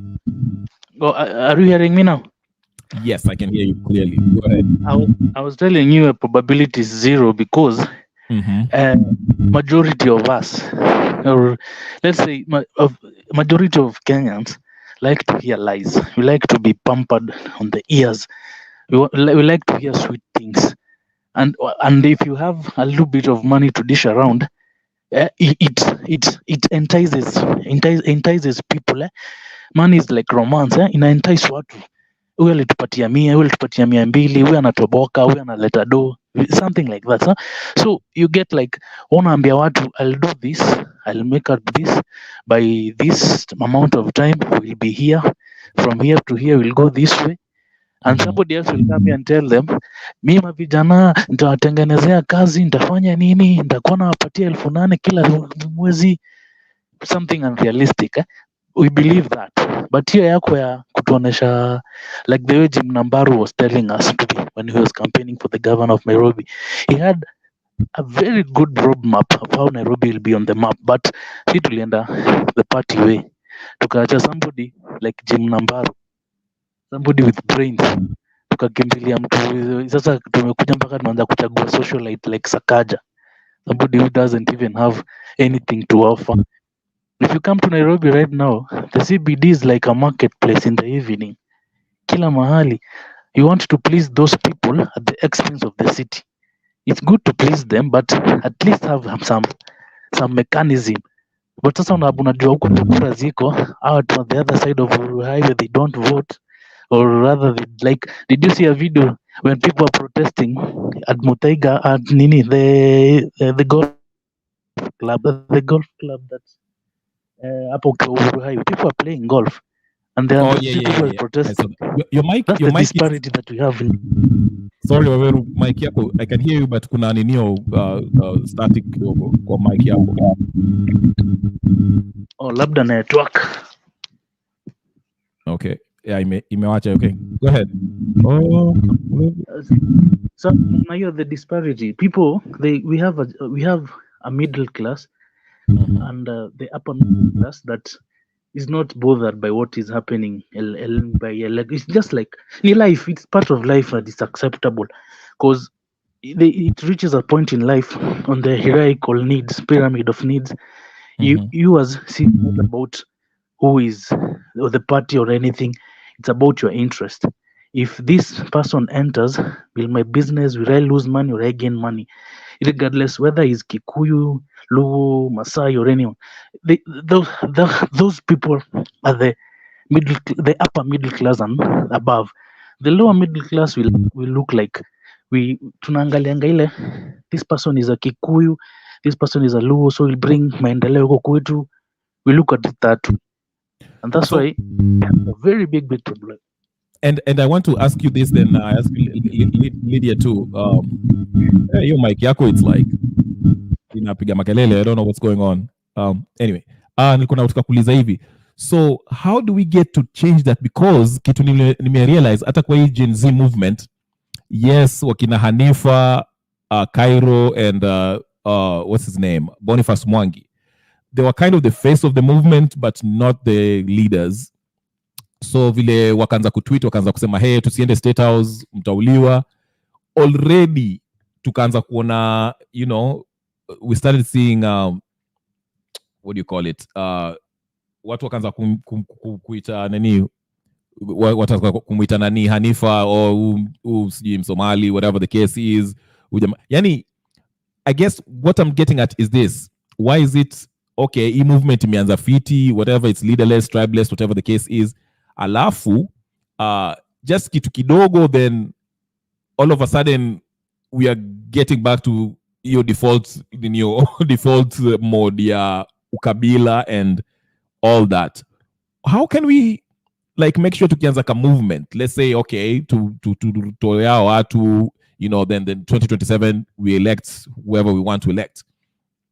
What measures or mechanism can we have that can help guide us to avoid all this mizozo za ujinga ya ukabila? Let's say vile tu captain amesema nikienda if I'm running in Kiambu somewhere or Kikuyu constituency na mimi ni Mkamba, why can I not win? How can we change that? Or Waweru, then we can go to Nani. By the way, before I bring you in Waweru, sorry, Kajuma, your device is not connected, so I don't know if you can log out and log in na kuona, but inasema device yako is not connected, so you can so yeah, Waweru, alafu tuende Lydia, then we'll see if Kajuma will join us, and then I'll keep it a little bit short because, you know, but it's a nice discussion. I don't want to stop it, but endelea Waweru, then Lydia. The problem with that ya kusimama as a Luo to another place or a Kikuyu to another place ni moja tu. Those people, the millennials still have some that tribal traits. There's some millennials, sisi wote but kidogo. So the Gen Z wamekuja hawajui Raila fought for this, Uhuru did this. Hawa anajua we want it now and we want it ready. Hata they are past the microwave, they wako virtual reality yao. Hawa hataki ile ati Raila fought for liberation. Hii hata wakizaliwa wako wanajua Raila ni nani. Wanajua tu Raila. So the problem with that kind of this generation, the Gen Z, what they're doing is kuna ile pia wameanza kuzio uoga, and if they continue kuzio uoga hivi they will lose track. Kama hii akina Hanifa, they never thought that this thing will catapult to this point ati kuhaya watu waenda mpaka ku parliament. When they coined the name Occupy Parliament, I didn't know whether I highly doubt they thought that people wataingia parliament hivyo venye walikuwa nasema tu occupy, but people took it seriously. We are going to occupy that thing. So when they occupied that parliament, akina Hanifa, akina Cairo kona, this is serious. Because they thought it was child's play, sababu jua kuna watu hawako on the socials, hawako on the Instagram, hawako on, but they know, walisikia Tuesday tunaenda kuingia bunge, and that's what they did. But when akina Hanifa aliona hii kitu iko serious hivi, ujinge kuanga the millennials wana lead this thing like they are Gwambos and the likes. Leo bado tungekuwa ingekuwa seriously maandamano, cause wangekuwa wameevaluate, wanajua even if you go to the street the army can't do anything, they can't even touch you unless you're not throwing stones on anything, but if you're just walking, shouting and all that, the army won't. Sasa akina Hanifa waliuzwa baridi, and that's why you see wanapata the hot seat now, because everyone is against them, because you are the faces of this thing. You couldn't expect that you'll do something, but now mumetoka. So now you will see somebody can be brought about by Ruto, asimame kama like so did you see somebody aliji hijack jamaa, the musician aliji hijack, then akaapia, then anasema telenda nyumbani, akarudi yule jamaa kuna afro. Si jamaa aliji hijack. Really? I didn't know that. Go to Twitter. There's nobody who will hijack that guy.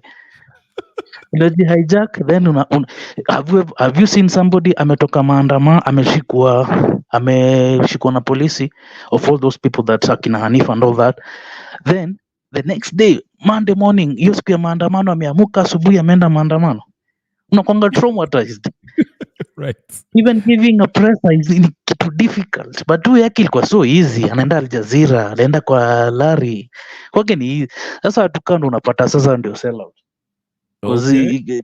Ruto has read 48 laws of power. Ndio mtu amesoma politics ya Moi, amesoma politics ya Kibaki, amesoma, yani and understand the whole concept. And the other issue are saying about the MPs being held by the balls ni ukweli. If Ruto is that smart, niko sure 101% he has every dirty laundry of each MP. Wewe maybe ulitumia CDF vibaya, anajua. So if you try kuoppose, anajua okay, I'll dish this out, ndasema wewe nitarusha every mechanism to show the public that you did something bad. So nasema acha mimi support. So the best thing is sweep this parliament, all of them out, waende. So tuanze individually, tuanze every constituency, majenzi, go ahead and tuanze stories kuneniwa kwa recall. Is that what you're saying basically?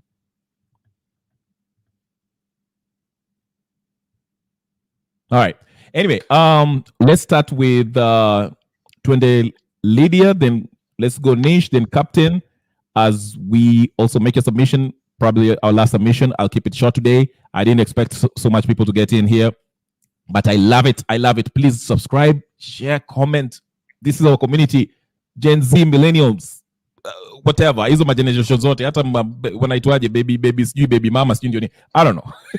Please subscribe. Lydia, I'll start with you. Maoni yako and your last submission as we go down the list. Thank you so much. Go ahead.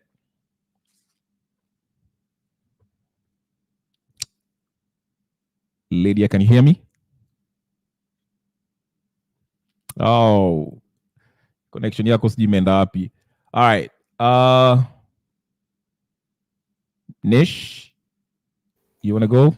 Yeah, I think I would just say, I feel like, yeah, like the previous speaker has said, people got a bit scared, especially since I think we did not actually expect the president to admit like he was conceding, so it kind of caught us by surprise, and then people got a bit scared after that. They didn't know what to do. They're like, okay, so have we won or have we not won?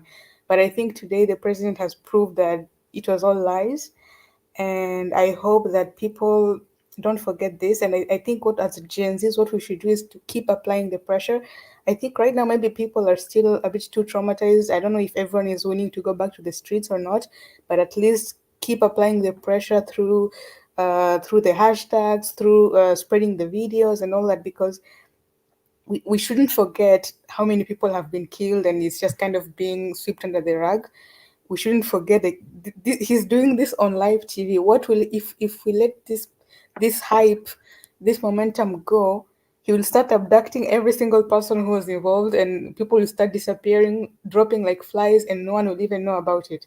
So like it's now or never. And so I think we should really keep the pressure, keep exposing it, keep it in the open, so that the whole world can keep seeing everything that's happening, so that he doesn't have that chance to retaliate and to do something even worse.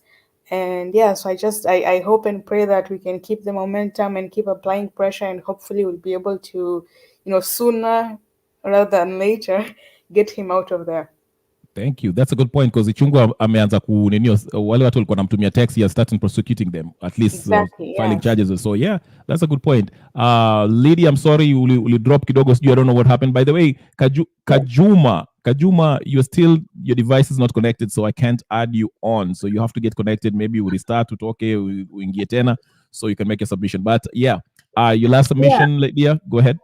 Yeah, they're right. At this point, make no mistake, Ruto is going to start finding anyone who was against him. And so, like the lady just said, it's now or never, to be honest. We can't just be, look at it and then because the fight has only just begun. We're still, people want Ruto out, but so like you said, we can start the impeachment process, and they have to start putting pressure on the MPs to start impeaching him. And for those who are uncomfortable, they'll resign. If they're scared that he's going to come after them, just resign. So yeah, because if we stop now, and I understand it's scary when you have all the support from people, go, and then you see dead bodies, so then you get scared, or then you're abducted, you get scared, because now it's the real thing, it's life. And so what I was going to say, when it comes to revolutions like this, the sad part is you have to know that it's your life. You have to be willing to lose your life. Those are just the painful facts. You have to be willing to know, and I'm not advocating for violence. Sometimes you have to defend yourself through violence. I don't know how, but I'm not advocating, but you know what I'm saying. Yeah, I got it. Revolutions are hardly peaceful. Some, just like the Protestants were peaceful and some were murdered. The massacre in was it more, where was it? Where was it? Kidurai? Yes, exactly. Those were peaceful, 10 bullet shots in the back. Obviously. Oh, that's one guy today. Yeah, 10 bullets today. Yeah, go ahead. Sorry. On today? Yeah, there was a kid who was shot, niliona picha yake kwa gongo, like 10 shots. I don't know if he was alive still. You see? So, and like I said, I'm not advocating for violence. What do you do? How do you move forward? Because Ruto is not following the law. He doesn't care. He has the power. He has the means. He has the money. And I understand people say we are more. Yeah, we are more, but what resources do we have? We have our voice, but our voice is not getting heard. So yeah, that's where you start praying.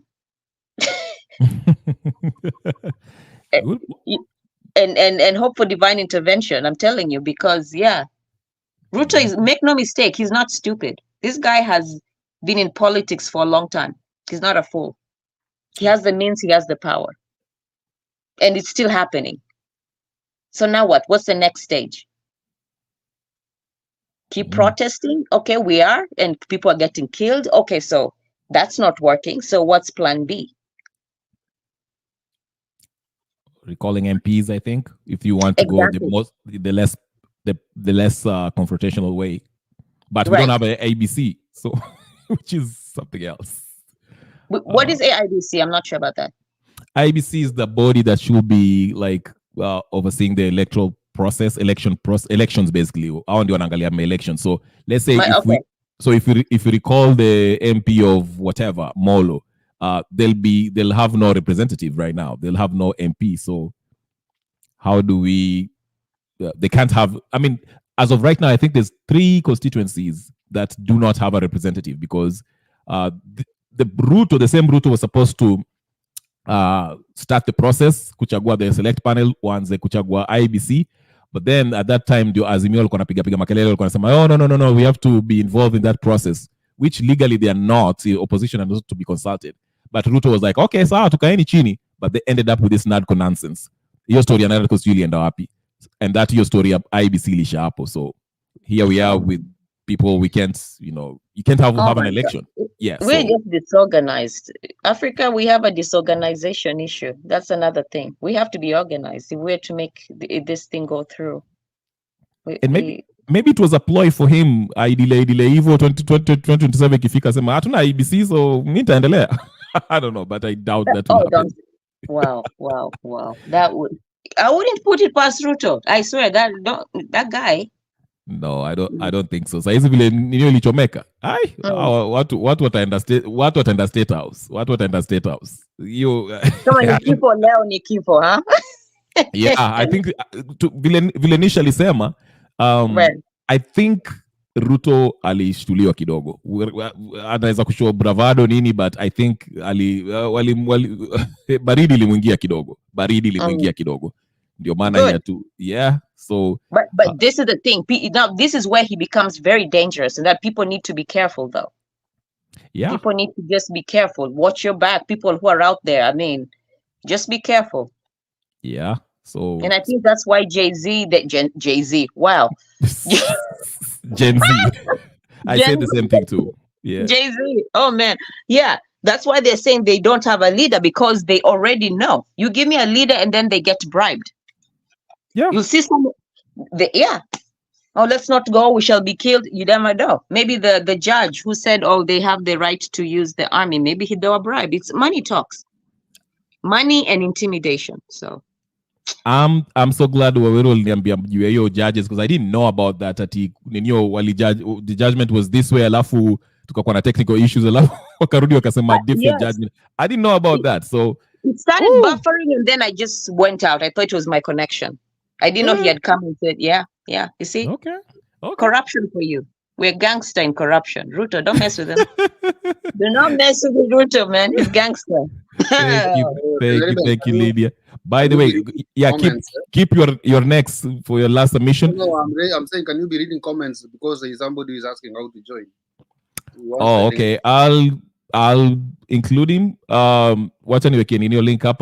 I won't be here. We are making our last submission, so he can come in and give us his quick thoughts. Then kuznafunga duka. But guys, this is a nice conversation. I really, really like it. I really enjoy you guys talking to me, exchanging ideas and maoni yetu.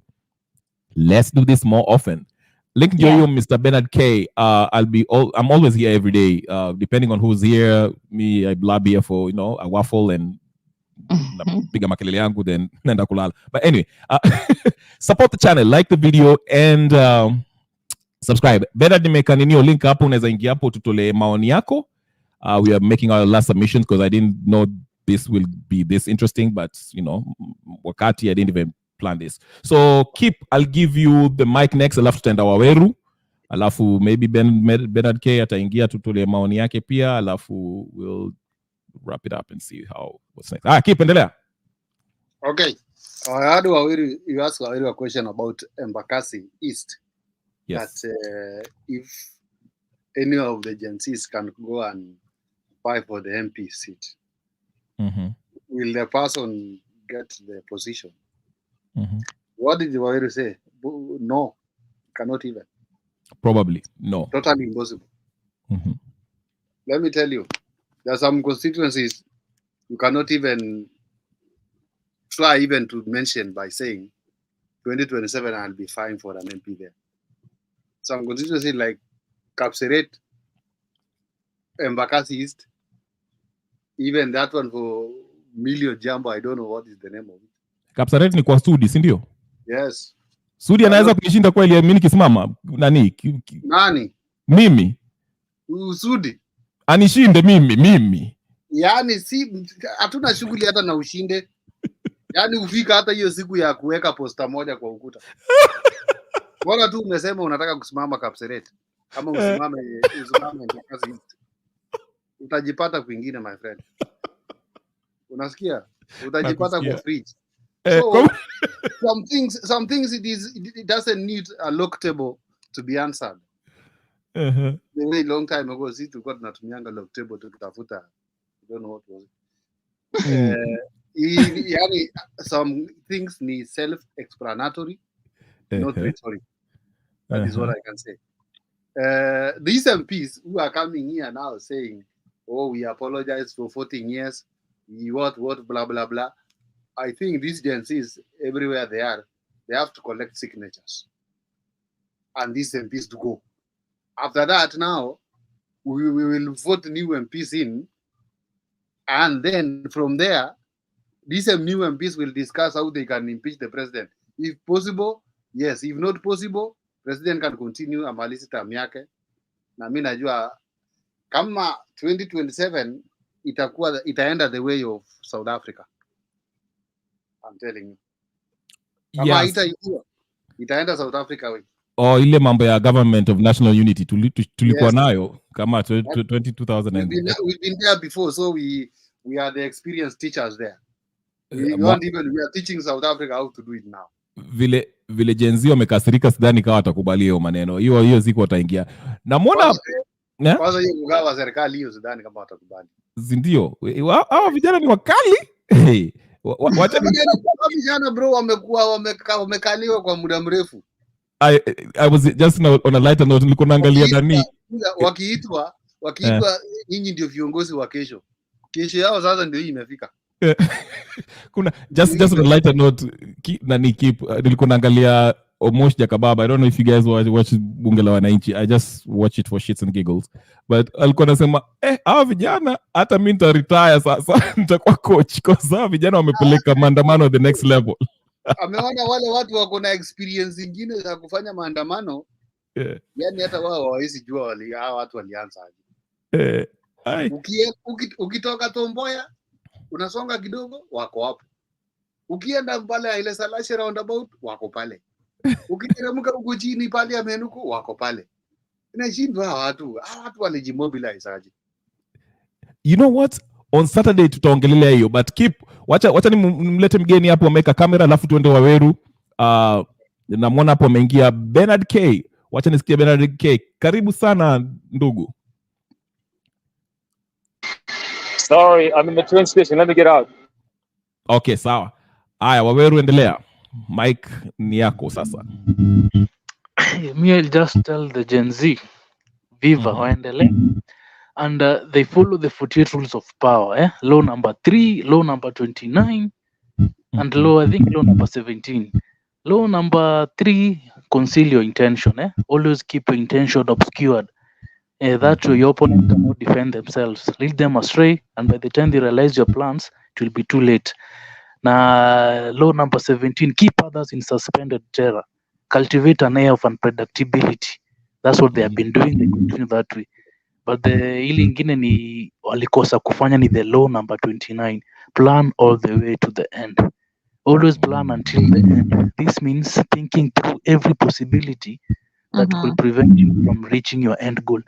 Thus, you'll be able to accommodate for any surprises along the way and secure your future. Most people are too trapped by their emotions in the moment to see ahead. So, this will give you the upper hand. Plan in detail before you act. And don't succumb to making any vague plans. Your end goal must always be crystal clear. That's rule law number 29. And they remember, this guy is so evil. This guy, alimenshaniwa na the crystal, what do we call it? The Citizen Lab, the Toronto one. He bought 2 billion Pegasus spyware during election time. If you just Google Pegasus spyware and the Citizen Lab, he bought 2 billion. That's why he used to know where Uhuru is saying Uhuru will do. He used to get 2 billion. Aliweza kufungua Pegasus, an Israeli spyware. Yes. So do you think that he disposed that spyware? He's still using it up to now.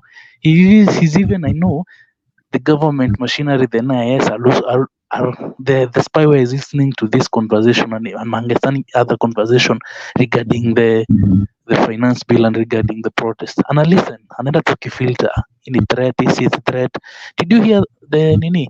Huyu Billy, not the Billy the goat, Osama.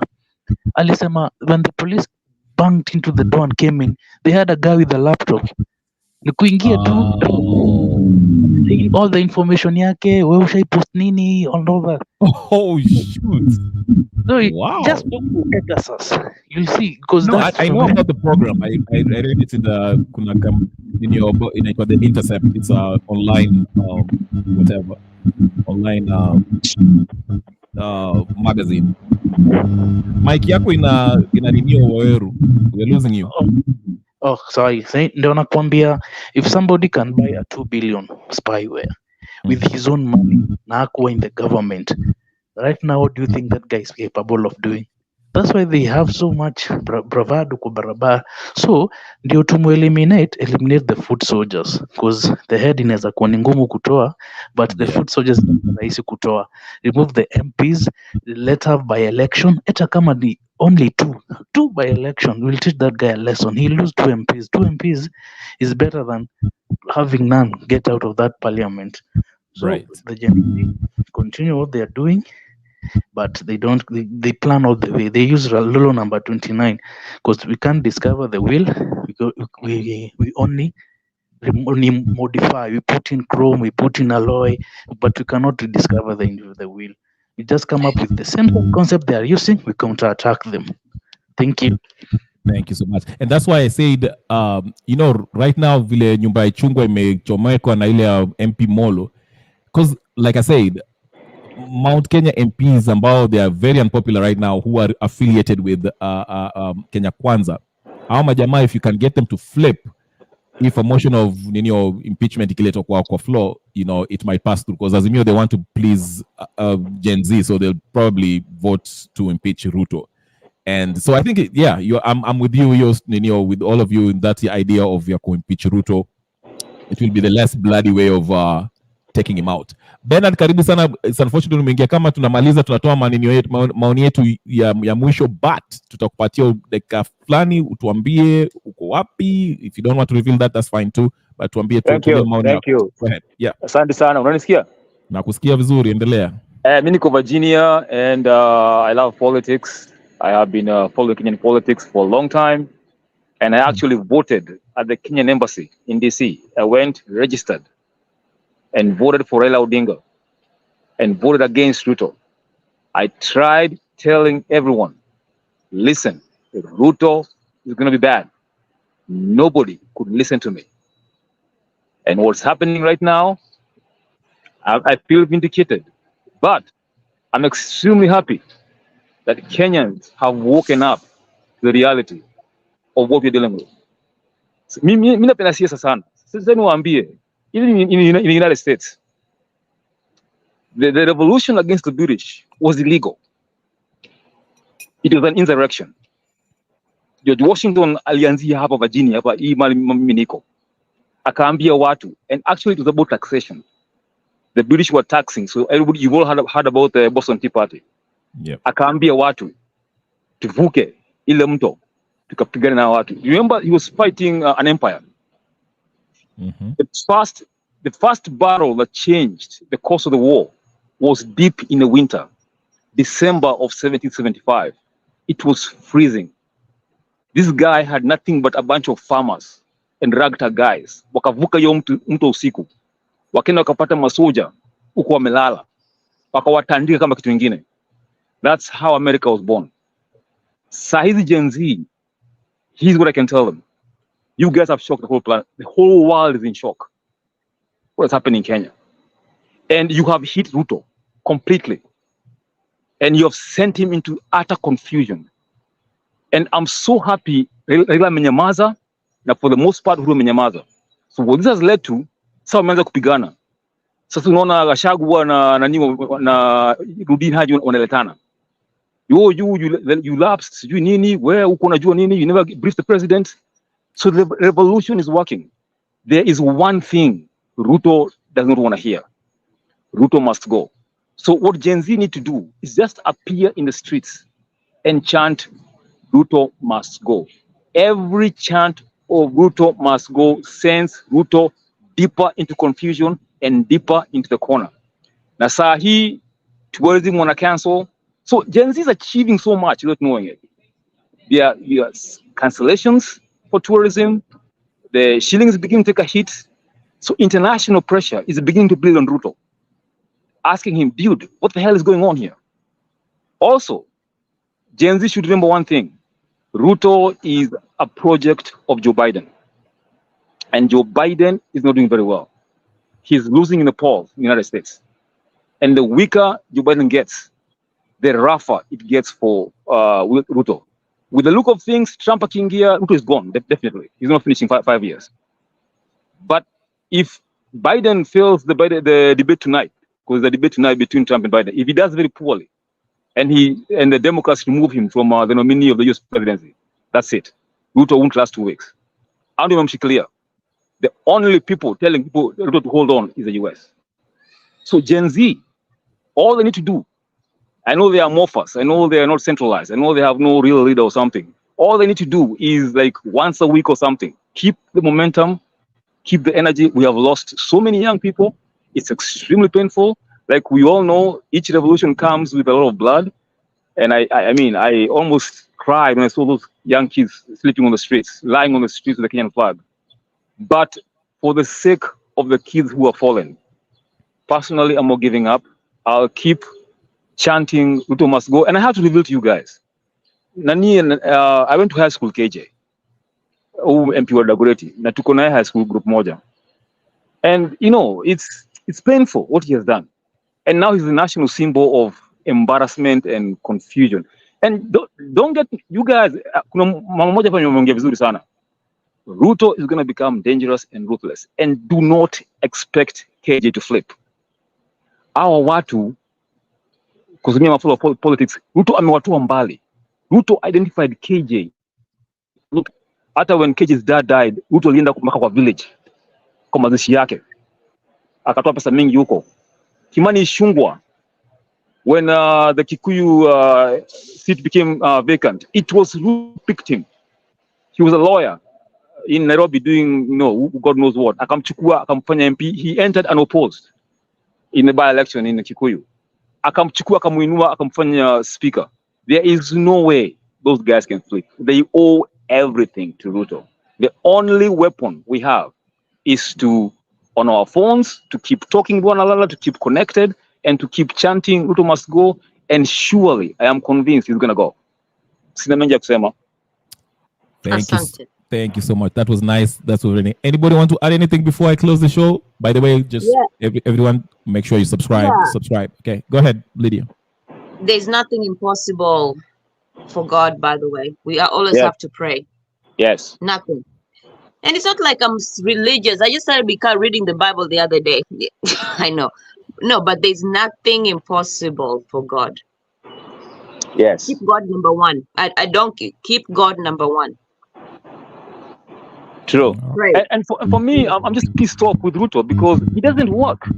The first week he was in office, alienda Homa Bay. Akaenda juu ya gari. Ni kama na campaign. Anaenda kutafuta kingpin wa Wajaluo. Anajaribu kumaliza Raila. Akatoka hapo. The next day yuko Coast. Anajaribu kutafuta kingpin huko. The next thing yuko Kiambu. Anajaribu kufanya Dini Njora kwa kingpin. The guy does not work. He is always on the rooftop of a V8 telling people, nitafanya, nitatenda, nitaleta, nitafanya hivi. We have to get rid of this guy. It's the only way out for us. Thank you. Yeah.